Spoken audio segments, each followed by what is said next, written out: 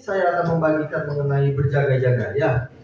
Nah, kalau kita ini masih hidup sampai saat ini, saudara sekalian, itu semua karena anugerah Tuhan. Amin.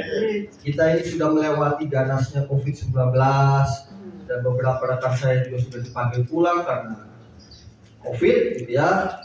Banyak hamba Tuhan juga, banyak keluarga kita mungkin juga dipanggil, dan beberapa variannya nggak habis-habis sampai hari ini ya. Nah, hari ini bagaimana kita berjaga-jaga dan mempersiapkan diri untuk kedatangan Tuhan kali yang kedua. Berapa banyak kita yang percaya bahwa kita ini ada di hari-hari terakhir. Nah, ada yang tanya, Pak, vaksin itu antikris ya? Saya rasa belum, karena yang bikin masih banyak perusahaan. Ya, kalau satu mungkin ya. Nah, di akhir zaman ini akan banyak bermunculan nabi-nabi palsu yang akan pergi ke seluruh penjuru dunia. Nah, ada banyak anak Tuhan ya senang pergi, tanda kutip ya, orang-orang yang sepertinya meramal gitu ya dan sebagainya. Banyak orang stres hari-hari ini ya, sehingga mereka cari ramalan yang bagus-bagus ya. Bahkan di dunia rohani yang kelihatannya rohani, ramalannya pakai ayat saudara ya. Nah, jadi banyak sekali orang yang memanfaatkan di akhir zaman, nerawang-nerawang saudara, bahaya saudara ya. Tapi kita kembali saja kepada firman Tuhan. Markus 13 ayat 32, mari kita buka. Markus 13 ayat 32. Kita mulai dulu dari ayat 32. Tetapi tentang hari atau saat itu tidak ada seorang pun yang tahu. Ya, malaikat-malaikat di surga tidak, dan anak pun tidak, hanya Bapa saja. Jadi kalau ada orang yang bilang ini hari ini tahun sekian, tanggal sekian, kiamat, gitu ya. Mungkin dia panitia kiamat kali saudara. Ya. Karena saya belum dapat bocoran kiamat kapan datang, ya. Nah, jadi ada juga yang bilang, wah sebelum pandemi gitu ya. Ya, Tuhan akan segera datang kiamat. Gitu. Ada seorang ibu-ibu jual rumahnya, ikut pelayanan dengan hamba Tuhan. Giliran pandemi ada, suruh balik sama hamba Tuhannya. Udah ya Bapak Ibu pulang aja. Pulang kemana? Rumah saya sudah dijual. Duitnya buat pelayanan. Nah, bingung kan saudara? Jadi banyak orang Kristen yang orang-orang yang ramal Tuhan datang takkan tahun sekian, 1 tahun lagi, 6 bulan lagi, ya. Alkitab mengatakan malaikat-malaikat di surga tidak tahu. Hanya Bapa yang tahu. Tetapi tanda-tanda akhir zaman sudah tahu kita. Ya. Nah, akhir-akhir ini ya, rotasi bumi menurut para ahli ya, bumi berotasi bukan lagi 24 jam, tetapi 22 jam. Ya, jadi waktunya sudah singkat. Kita mengatakan kalau waktunya tidak dipersingkat, maka tidak ada yang selamat. Berarti kita ini sudah ada di akhir hari zaman. Ya, oleh sebab itu kita mesti mengerti ya, waktunya memang waktunya Tuhan tidak ada yang tahu, tapi memang sekarang kita ya sudah hidup di hari-hari akhir. Ya, ayat 33 berkata begini. Hati-hatilah dan berjaga-jagalah, sebab apa? Kamu tidak tahu bila mana waktunya tiba. Yang pertama karena kita tidak tahu, ya makanya kita harus berjaga-jaga. Kita karena kita nggak tahu kapan Tuhan datang, makanya kita harus berjaga-jaga. Bukan berarti kita nggak tahu terus kita lengah. Kita mengatakan kenapa kita harus berjaga-jaga? Karena kita tidak pernah tahu kapan waktu Tuhan datang. Ya, makanya Yesus berkata, Dia akan datang seperti pencuri. Nah, kalau pencuri mau datang, apakah pencuri ngomong-ngomong sama kita? Ntar malam gua datang ya, jam 11. Siapin kopi sama gorengan. Ada nggak yang begitu? Nggak ada. Ya, ada ditungguin polisi. Ya kan? Nah, jadi kan nggak ada pencuri datang begitu, Bapak Ibu Saudara-saudara sekalian.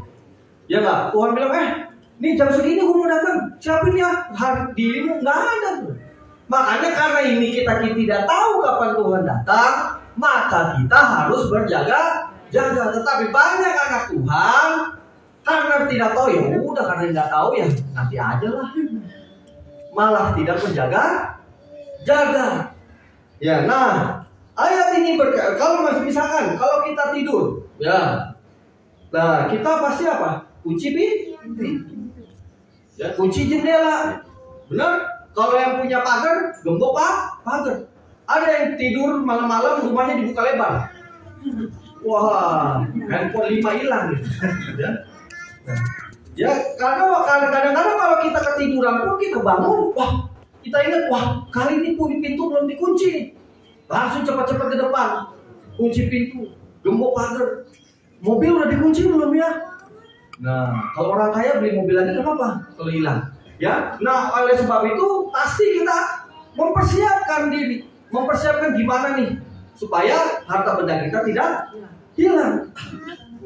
Jadi ayat ini berkata berjaga-jaga karena kamu tidak tahu bila manakah waktunya tiba. Bukan berarti karena kita tidak tahu kita lengah dan tidak berjaga-jaga, Bapak Ibu saudara-saudari sekalian. Karena Yesus datang seperti pencuri, dia bilang. Makanya karena kita nggak tahu pencuri datang, Yesus datang, kita ini harus mempersiapkan diri. Semua kita mempersiapkan diri. Coba. Bagaimana kalau saya belum siap, Pak? Ya siap-siap aja, tinggal di situ. Makanya oleh sebab itu, ya sewaktu-waktu Tuhan bisa datang. Kematian pun sewaktu-waktu bisa datang. Puji Tuhan ya, dulu nggak kenapa-kenapa ya, cuma jahit sedikit. Tapi saya lihat dekat, saya dengar dalamnya hancur. Puji Tuhan ada perlindungan Tuhan. Nah dalam hati saya, wah, sewaktu-waktu saya juga bisa lewat. Nggak tahu kapan waktunya, mungkin lagi tidur, ya nggak, mungkin lagi berkendara, atau sewaktu-waktu Tuhan bisa datang. Kayak kita punya planning yang banyak. Saya ingat sekali mentor saya Pak Petrus Agung waktu di Semarang. Planningnya banyak loh saudara. Saya ikut dia, capeknya bukan main. Senin ketemu Senin nggak berhenti saudara. Bayangin saudara, Selasa, Rabu, ya ngajar di rumah singgah, saya ngajar di dua rumah singgah. Ya bikin pasar murah, belum doa keliling. Wah, pengen nangis kalau ikut beliau tuh. Bikin pasar murah buat 1.700, belum miskin. Sampai kalau kita bilang Sabtu bisa istirahat, puji Tuhan. Tiba-tiba beliau dipanggil pulang. Padahal planningnya masih banyak. Kan gak ada yang tahu, saudara. Jangan pikir, wah Tuhan karena rencana saya masih banyak, mungkin dipending. Kan enggak. Habis khotbah tiba-tiba jantungnya macet. Selesai. Pulang. Dibawa ke green room, pulang. Saudara. Kan gak ada yang tahu. Oleh sebab itu kita harus mempersiapkan diri. Wah, saya lagi on the way kaya nih, Pak. Waduh, belum nikmatin, masih on the way kayanya nih. Tuhan bilang, aku mau datang, bodoh apa? Tuhan kan berkata begini, hai orang kaya yang bodoh, engkau menabur hari ini, menimbun dalam lumbungmu hari ini, ya. Karena engkau berkata apa? Aku ingin menabung, menimbun untuk ke depan. Tetapi Tuhan berkata, hai orang kaya yang bodoh, tidak tahukah kamu bahwa pada malam ini nyawamu akan diambil daripada. Gak ada yang tahu. Orang sehat-sehat bisa. Tuhan datang gak keluar, dia datang. Nah, oleh sebab itu berjaga-jaganya bagaimana? Beresin hidup kita nih. Ya, sewaktu-waktu Tuhan bisa datang. Ya, kematian juga bisa datang menjemput kita. Makanya kita harus membereskan kehidupan kita. Ayo kita berlomba mencari perkenanan Tuhan. Amin. Ayat 34 berkata begini. Dan halnya sama seperti seorang yang berpergian, yang meninggalkan rumahnya dan menyerahkan tanggung jawab kepada hamba-hambanya, masing-masing dengan tugasnya, dan memerintahkan penunggu pintu supaya berjaga-jaga. Apa yang harus kita lakukan menjelang kedatangan Tuhan? Di sini perumpamaan tentang kedatangan Tuhan itu seperti apa? Tuan rumah yang pergi berpergian, tinggalkan pegawai-pegawainya, lalu dengan apa? Meninggalkan tanggung jawab kepada hamba-hambanya. Siapa di sini yang merasa kita ini hamba Tuhan? Angkat tangan. Semua. Saya nggak bilang jabatan ya Bapak Ibu saudara-saudara sekalian. Hamba Tuhan. Kalau bilang siapa di sini yang pendeta? Mungkin dikit ya pendeta. Ya? Oh, mobilnya mau jadi pendeta. Haleluya. Kita doakan. Amin. Haleluya. Ya.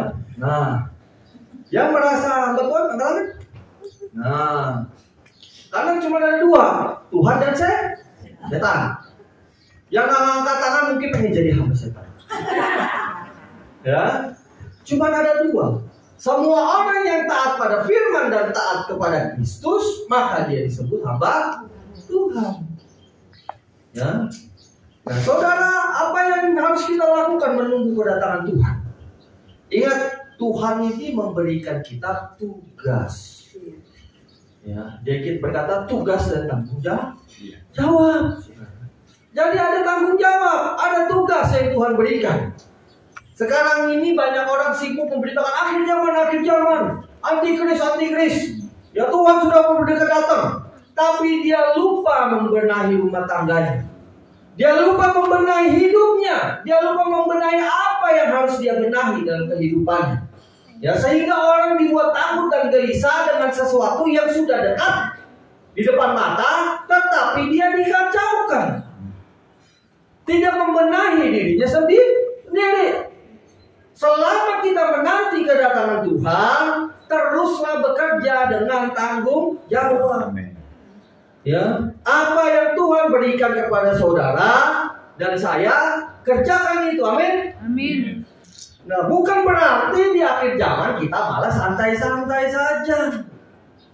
Ya, dan duduk-duduk D3, duduk-duduk doang. Tetapi kita lupa mengerjakan tugas dan jangan tanggung jawab. Pak, saya kan sibuk kerja. Sibuk kerjamu buat kepentingan di dunia, kan begitu. Ya kan? Kalau enggak kita nggak makan kan gitu. Tetapi kalau untuk masa kekekalan, mempersiapkan diri menjelang kedatangan Tuhan kali kedua, kita pun harus mengerjakan tugas dan tanggung jawab di hadapan Tuhan yang Tuhan berikan kepada kita. Kita nggak bisa cuma duduk-duduk dan tidak melakukan apa-apa. Ya, berbahagialah, kita mengatakan berbahagialah mereka yang waktu Tuhan datang lagi bekerja. Berbahagia, saudara. Ya, jangan nganggur. Karena biasanya orang pengangguran dalam gereja suka kritik sana sini. Karena pengangguran. Tapi kalau sama-sama hamba nggak ada yang berani saling mengkritik. Kenapa? Karena tujuannya bekerja bagi Tuhannya. Orang suka kritik pendeta A, pendeta B, pendeta C, coba lihat nganggur kali. Ya enggak? Pengangguran rohani. Karena nggak ngerti apa-apa. Nah, kalau orang yang bekerja bagi Tuhan mau kritik juga takut. Saudara, saya waktu mungkin selesai S1 masih kayak jagoan. Debat sana, debat sini, debat sana, debat sini gitu. Udah mulai naik, belajar firman Tuhan lagi. Naik lagi, lebih tinggi lagi. Makin gak berani ngomong banyak. Makin kenal firman Tuhan, makin rendah hati. Makin gak berani banyak ngomong. Udah lakukan aja lah. Ya, nah kenapa? Karena kita sadar ya bahwa kita ini punya tugas dan tanggung jawab. Nah, oleh sebab itu, ya jauh usah terlalu gelisah hati kita. Ya, mendengar kedatangan Tuhan yang sudah mendekat. Tetapi persiapkan dirimu, karena kita tahu bahwa ini waktu-waktu yang terakhir. Oleh sebab itu, kita harus makin giat melakukannya menjelang hari Tuhan yang mendekat. Ya, tidak ada waktu untuk nganggur hari-hari ini. Ya, Alkitab mengatakan begini, selama masih ada waktu bekerja. Alkitab mengatakan, bekerjalah selagi hari masih siang, karena akan datang malam dan semua sudah berhenti. Kita nggak tahu malam dalam kehidupan kita datangnya kapan. Oleh sebab itu, kalau kita mendapat anugerah Tuhan, kesempatan dari Tuhan, mungkin ada satu kesempatan, dua kesempatan, jangan disia-siakan. Kenapa? Karena Tuhan kasih kesempatan kita hidup untuk kita melakukan tugas dan tanggung jawab di hadapan Tuhan menjelang Tuhan datang kali yang kedua. Oleh sebab itu kita mesti mengerti. Kita harus tanya, ya. Ya, kalau saudara cuma duduk-duduk, ya, repot saudara. Orang yang mau bekerja itu dikasih kepercayaan lebih.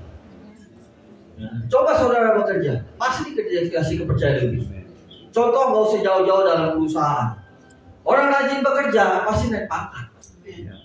Ya kan? Dapat penilaian, dikasih kepercayaan lebih. Itu di dunia. Kalau dengan Tuhan lebih lagi. Dapatnya banyak. Dapat kapling di Yerusalem baru. Nah, ya enggak?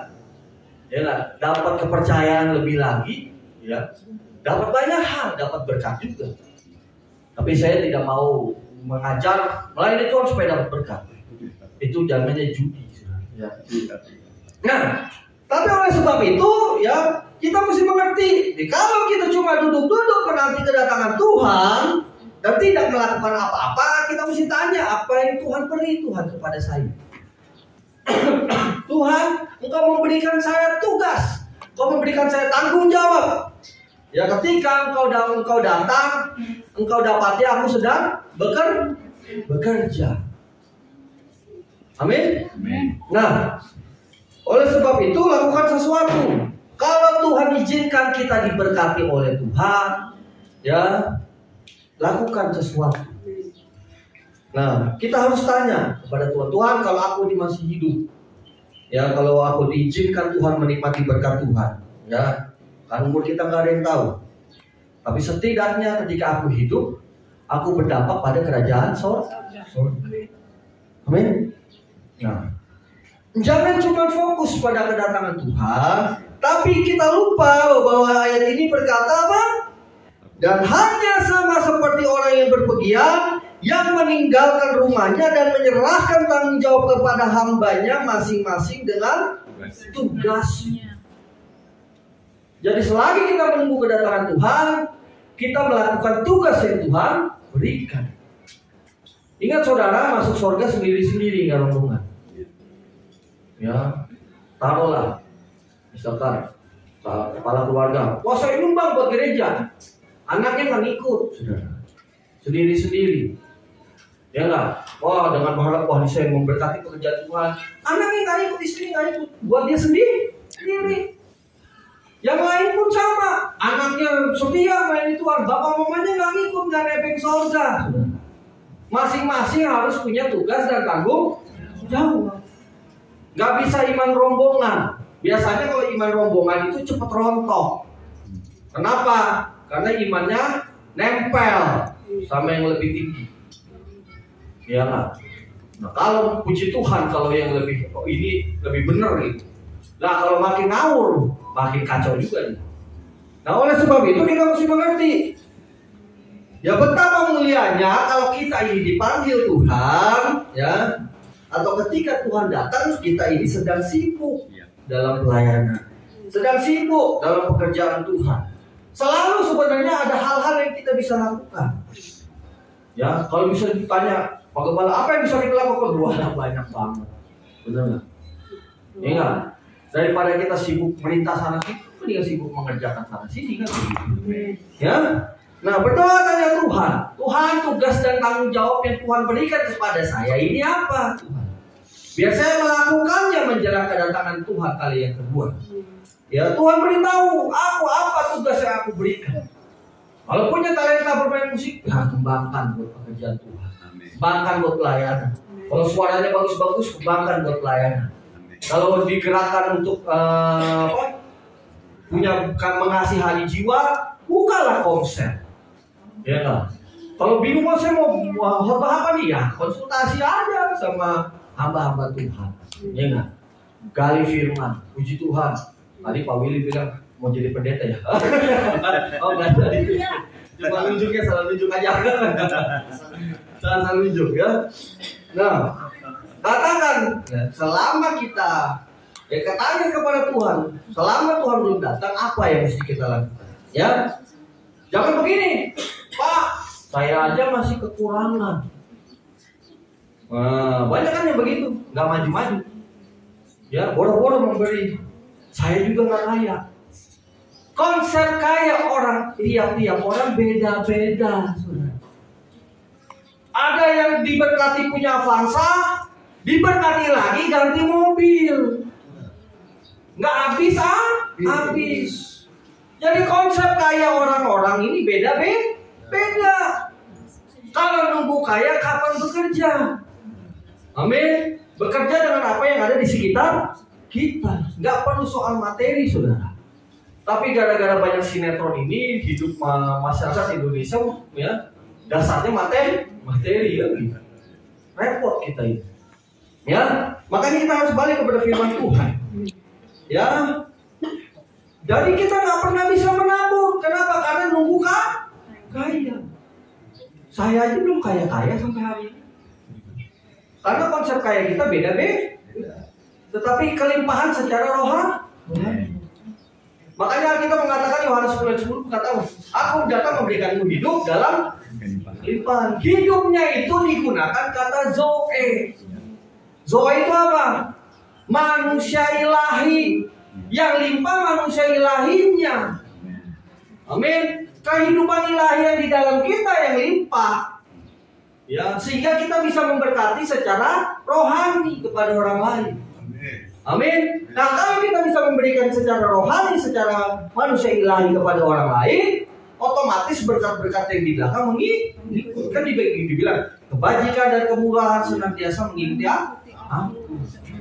Nah, oleh sebab itu kita mesti mengerti, lakukan sesuatu. Ya, orang yang selalu fokus pada dirinya sendiri tidak akan pernah puas. Selalu pengen lagi, diberkati ini, minta lagi bagi yang lebih lagi sama Tuhan. Ya, saya kok nggak cukup. Ya, tiap hari menuntut Tuhan. Ya, engkau akan kehilangan damai sejahtera, engkau akan tidak bersuka cita. Tuhan tiap hari kau buat susah hidup. Tiap hari nuntut Tuhan untuk diberkati Tuhan. Akhirnya kehilangan damai, kepahitan, dan gak pergi gereja. Lalu dihancurkan iblis. Lama-lama murtad. Nah, kita ini berjuang di hari-hari akhir menantikan kedatangan Tuhan, Bapak Ibu Saudara-saudara sekalian. Karena satu saat tuan rumah itu akan datang. Ya, dia melihat apakah hamba-hamba ini bekerja atau tidak. Ya, atau cuma sibuk cari mujizat, menunggu mujizat, minta Tuhan tolong, begitu aja. Akhirnya kita nggak bisa lakukan apa-apa. Karena kita jadi Kristen yang egois, yang pengen Tuhan melakukan terus sesuatu bagi kita, dan kita nggak pernah melakukan apa-apa bagi Tuhan. Selalu cuma pikir diri kita sendiri, cuma pikir kepentingan kita sendiri. Ya, tidak pernah memikirkan kepentingan orang lain, tidak pernah memikirkan kepentingan Tuhan. Bergerak, saudara, keluar. Ya, memberkati pekerjaan Tuhan. Ya, ikut serta dalam pekerjaan Tuhan.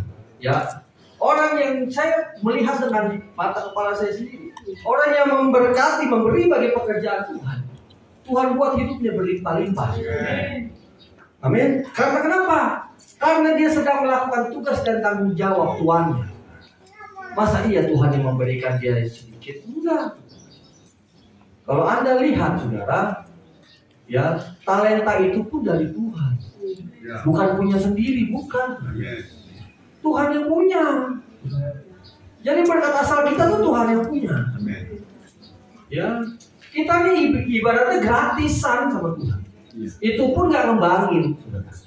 Nah, kalau kita fokus pada kepentingan Tuhan, maka surga bekerja bagi hidup kita. Amin. Kenapa? Karena fokus kita sampai kepada kekekalan. Jadi kita nggak punya fokus jangka pendek lagi pada kekekalan. Ya, waktunya kita belajar mati bagi diri sendiri, saudara. Tuhan itu turut bekerja. Amin. Ingat, satu saat tuan rumah itu akan datang. Dia akan menuntut saudara dan saya apa yang sudah kita buat waktu kita ada di dunia ini. Amin. Tanyakan pada diri kiri kanannya, apa yang sudah kamu buat? Ayat 35 berkata begini. Karena itu berjaga-jagalah, sebab kamu tidak tahu bila manakah tuan rumah itu datang. Diulang lagi, suruh berjaga-jaga, saudara. Ya, pulang, menjelang malam atau tengah malam atau larut malam atau pagi-pagi buta, nggak dibilang siang. Iya. Pada saat malam-malam kita udah mengantuk, tengah malam ya, udah mulai subuh, waktu ngantuk, waktu enak-enaknya tidur, datang. Maling kan datang jam 3 jam 4. Ya. Udah ngoroknya udah kencang tuh si rupanya. Makanya maling tuh masih ngorok, gas lah gitu ya. Nah, oleh sebab itu ya kita harus berjaga-jaga. Kenapa? Karena Tuhan datang di saat yang tidak terduga. Ayat 36. Supaya kalau ia tiba-tiba datang, jangan kamu didapatinya sedang tidur. Apakah hari ini iman kita tidur? Saya lihat banyak orang Kristen imannya sudah tidur. Dihobain kayak apa? Aku masuk kuping kiri, keluar kuping. Dibilang Tuhan udah akan datang. Dari zaman Yohanes juga udah ngomong gitu. Iya kan? Iya. Paulus juga udah ngomong begitu? Enggak juga tuh. Ya. Kenapa? Karena imannya sudah tidur. Suruh lebih tarik-tarik, ayo melayani Tuhan. Nah, nantilah. Kerjaan gua masih banyak. Ya. Imannya sudah tidur. Ya. Nah, apakah rohani kita ini sedang tertidur atau kalau kita melihat tanda-tanda zaman dan kita akan sering jadi menggebu-gebu dengan Tuhan kan? Nah, itu bisa kelihatan. Kalau kita lihat tanda-tanda zaman ini, kita semakin menggebu-gebu sama Tuhan apa tidak? Atau kita anggap biasa saja. Hamba-hamba Tuhan, nabi-nabi sudah ngomong, ya. Tuhan kasih banyak peneguhan, penglihatan bahwa memang waktunya sudah dekat dan tanda-tanda zaman ini sudah membuktikan, ya, kecepatan waktu dalam satu hari sudah kita lihat. Kemarin baru Natal, sekarang udah mau pulang, ya kan? Tetapi, ya, kita bagaimana? Ya, apa yang kita lakukan? Ayat 37, apa yang kukatakan kepada kamu, kukatakan kepada semua orang, apa? Berjaga-jagalah. Diulangi lagi sudah, berjaga-jaga. Kalau sampai 2 kali, itu udah penting bagi Tuhan. Tapi kalau sampai 3 kali, itu benar-benar serius. Ya. Kalau Anda lihat gimana Yosua dan lain sebagainya, kalau Tuhan udah ngomong sampai 2 kali, itu benar-benar serius. Ya? Nah, coba kita lihat dalam 2 Tesalonika 2:9.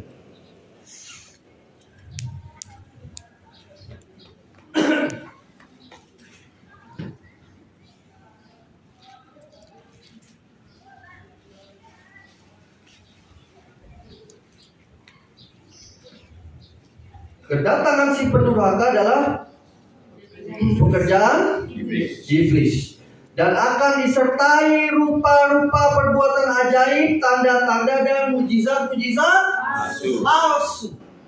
Orang Kristen yang hari-hari ini cuma sibuk kejar mujizat akan banyak tersesat. Karena dia cari sana sih mujizat, dia imani sana sih, bukan melakukan tugas. Apa nggak boleh? Boleh.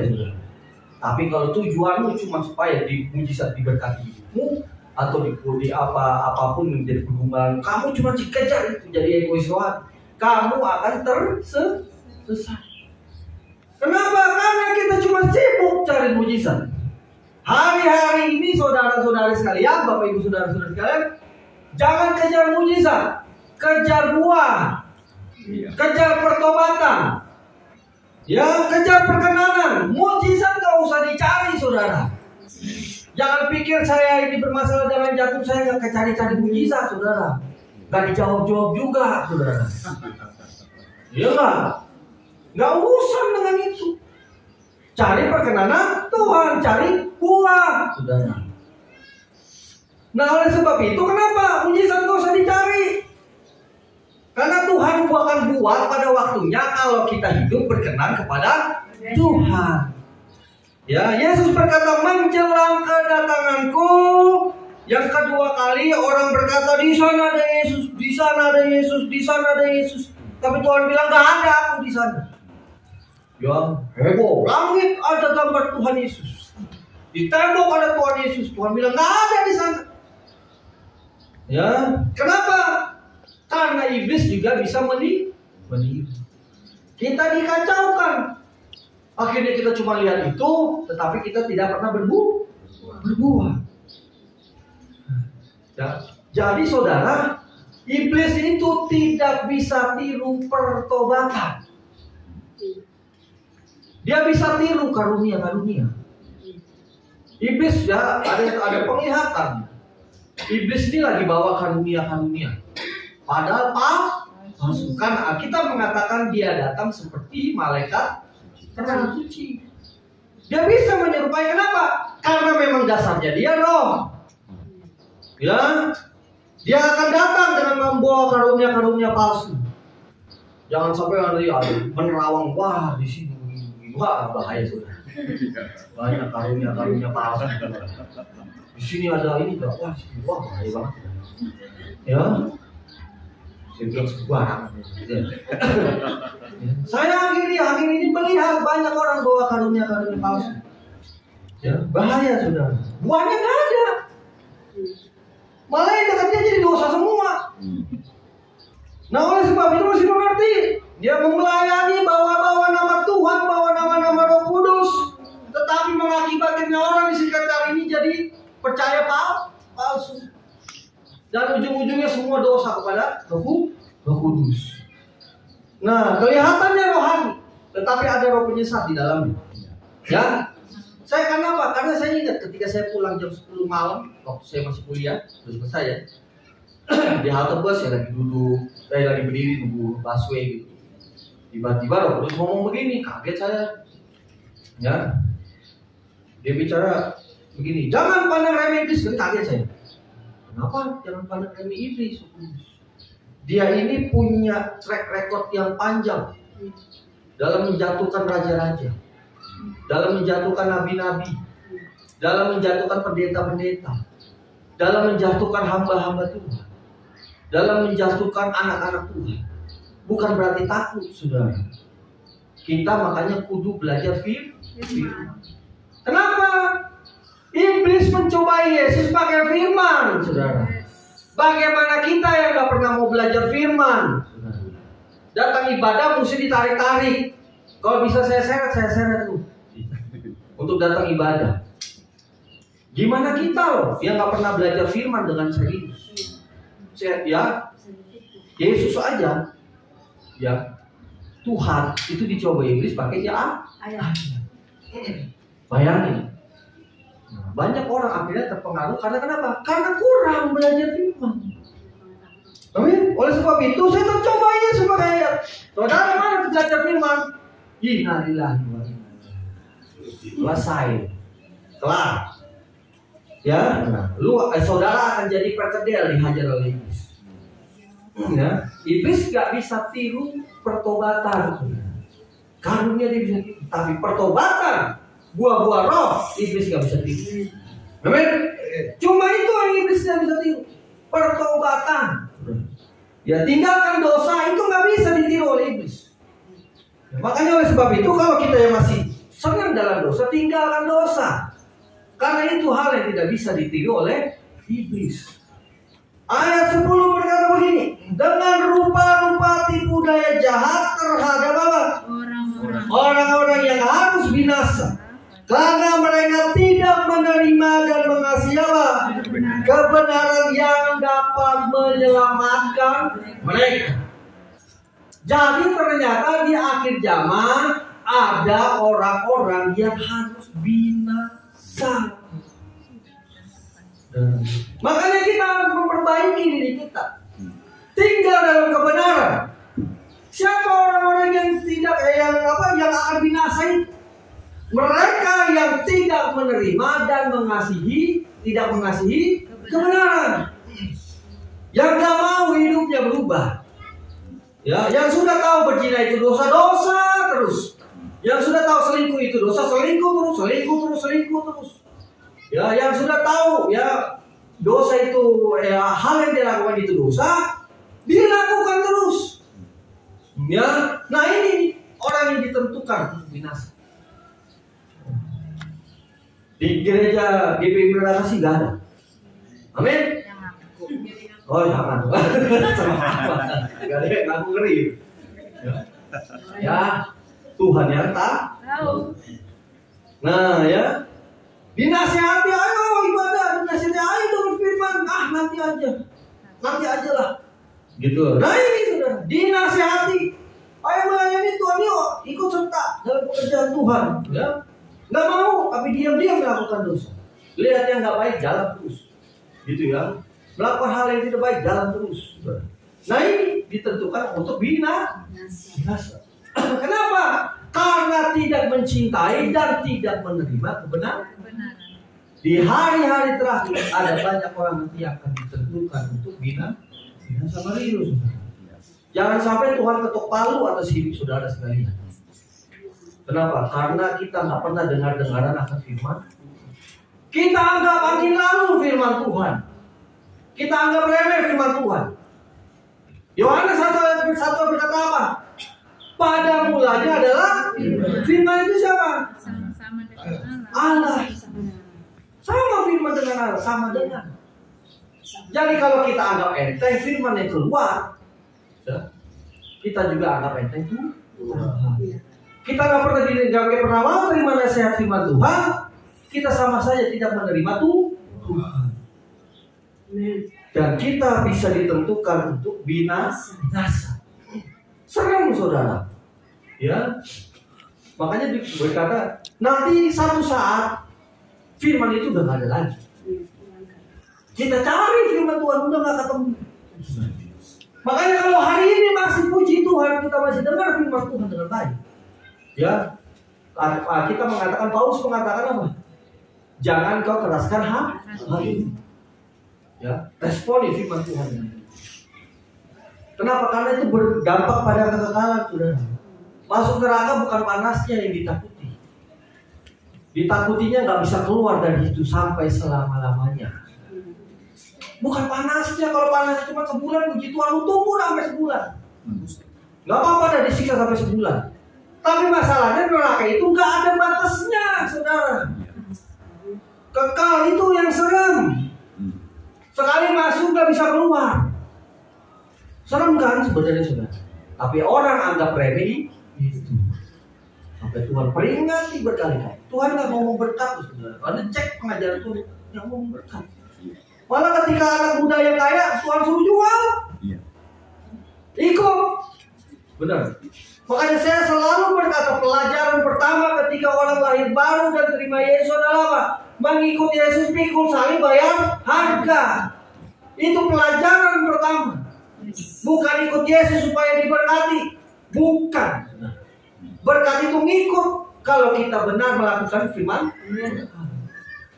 Jadi jangan cari firman supaya diberkati, salah. Ya, cari firman supaya hidup berubah. Amin. Karena itu berdampak pada kekekalan. Jadi kalau bilang apa sih gunanya saya melayani Tuhan? Ngapain sih rajin-rajin? Kamu mau nggak ditentukan binasa? Enggak kan? Ketika Tuhan datang, kita sedang melakukan tugas kita. Bukan kita sibuk cari kepentingan kita sendiri. Amin. Ayo saudara-saudari sekalian, buka mata rohani kita. Kalau kita ditegur oleh firman, suruh perbaiki saudara. Kalau perlu orang bikin jahat, kita balas baik. Amin. Ya, supaya apa? Supaya kita tidak ditentukan untuk binasa. Sekali ketok palu Tuhan, repotlah kita. Ya, makanya selagi masih ada anugerah, selagi kau ini lagi diberkati Tuhan, ingat berkatmu itu dari Tuhan semua. Bukan berarti pelayananmu jadi berhenti. Bukan berarti apa yang kamu lakukan jadi berhenti semua. Tetapi makin giat. Karena kita tahu kita sama-sama sedang melakukan tugas dan tanggung jawab yang sedang Tuhan berikan untuk mempersiapkan diri kita menjelang hari Tuhan yang mendekat. Ya. Ayat 11 berkata begini. Dan itulah sebabnya Allah mendatangkan kesesatan atas mereka yang menyebabkan mereka percaya akan dusta. Karena dia memilih untuk sesat, dia memilih untuk tidak melakukan kebenaran, dia memilih untuk tidak melakukan firman, tetapi melakukan dosa. Tuhan menyerahkan dia kepada kesesatan. Yang nyerahin Tuhan. Kalau iblis lu bisa tolak. Tapi kalau yang sudah serahin Tuhan, siapa yang bisa tahan? Ya, masalah kita itu bukan dengan setan. Masalah kita itu dengan Tuhan. Ya. Makanya kenapa ketika bangsa Israel berbalik daripada Tuhan, di Alkitab mengatakan Tuhan menyerahkan mereka kepada bangsa-bangsa. Bukan iblis mengambil mereka, no. Kalau Tuhan udah menyerahkan, innalillahi selesai. Nggak ada yang bisa bendung, nggak ada yang bisa tahan. Makanya saudara-saudari sekalian, Bapak Ibu, ya, kita ini dalam masa zaman anugerah, kita harus mengerti anugerah ini kita isi dengan apa? Ya, dengan firman Tuhan, dengan melakukan pekerjaan Tuhan, ya, dengan melayani Tuhan, atau dengan apa? Atau duduk santai-santai. Jangan sampai kita melakukan dosa terus-menerus dan Tuhan menyerahkan kita kepada kesesatan. Ya. Dan orang yang begini ditentukan untuk binasa. Yang iblis, makanya saya selalu bilang, yang iblis gak bisa ditiru adalah pertobat. Buah-buah roh gak bisa ditiru iblis. Ya, mujizat bisa nggak? Bisa kan? Tetapi taruhannya ada tumbang. Ya. Nah, jangan sampai ya, itu yang harus kita kerjakan menjelang kedatangan Tuhan. Jangan sampai kita diserahkan sama Tuhan kepada kesesatan itu, Bapak Ibu Saudara-saudara sekalian. Dan itu menyebabkan apa? Mereka semua percaya kepada dusta. Hati-hati saudara. Ya, apalagi orang yang melakukan ini, waduh, berbahaya. Ayat 12 berkata begini, supaya dihukum semua orang yang apa? Tidak percaya akan kebenaran dan yang suka kejahatan. Jangan suka kejahatan. Buang semua yang jahat-jahat. Buang sakit hati, buang iri hati. Ya, nggak ngomongan sama orang tua, nggak ngomongan sama istri, nggak ngomongan sama saudara, siapa lagi? Harus buang semua. Ya, berantem sama sini sana sini, wah, buang. Terus buang pelit, saudara. Kikir buang. Karena kita mengatakan orang pelit, orang kikir nggak masuk kerajaan surga. Dengerin itu saudara. Bukan saya yang ngomong, gitu ya. Supaya perpuluhan persembahan naik, enggak begitu saudara. Ya. Kadang-kadang kan kalau kita ngomong buang pelit, buang kikir, wah, ujung-ujungnya cuma enggak begitu saudara. Dikatakan apa? Buang pelit. Orang pelit tidak masuk surga. Amin. Nah, kalau saudara buang, sadar, buang tuh yang begitu. Ya. Kita bilang ada ayatnya, saudara. Ya. Bukan cuma penjinah, bukan cuma banci, homo, ya. Orang kikir juga nggak masuk surga. Ya. Nah, selama kita mau kembali, selalu ada kesempatan untuk berubah. Ya. Malah kita semakin giat mengerjakan menjelang mendatang kalian. Karena kita tahu setiap berkat yang dari Tuhan, setiap kehidupan yang dari Tuhan, saya pergunakan untuk kerajaan surga, untuk pembangunan kerajaan surga, ya, untuk pembangunan tubuh Kristus, untuk melakukan tugas dan tanggung jawab menjelang hari Tuhan mendekat. Tapi kalau orang tidak mau berbalik, mencintai kebenaran, maka dia ditentukan untuk binasa. Mari kita berdoa. Bapa di sorga, pada malam hari ini hamba-Mu selesai berbicara Tuhan. Kami percaya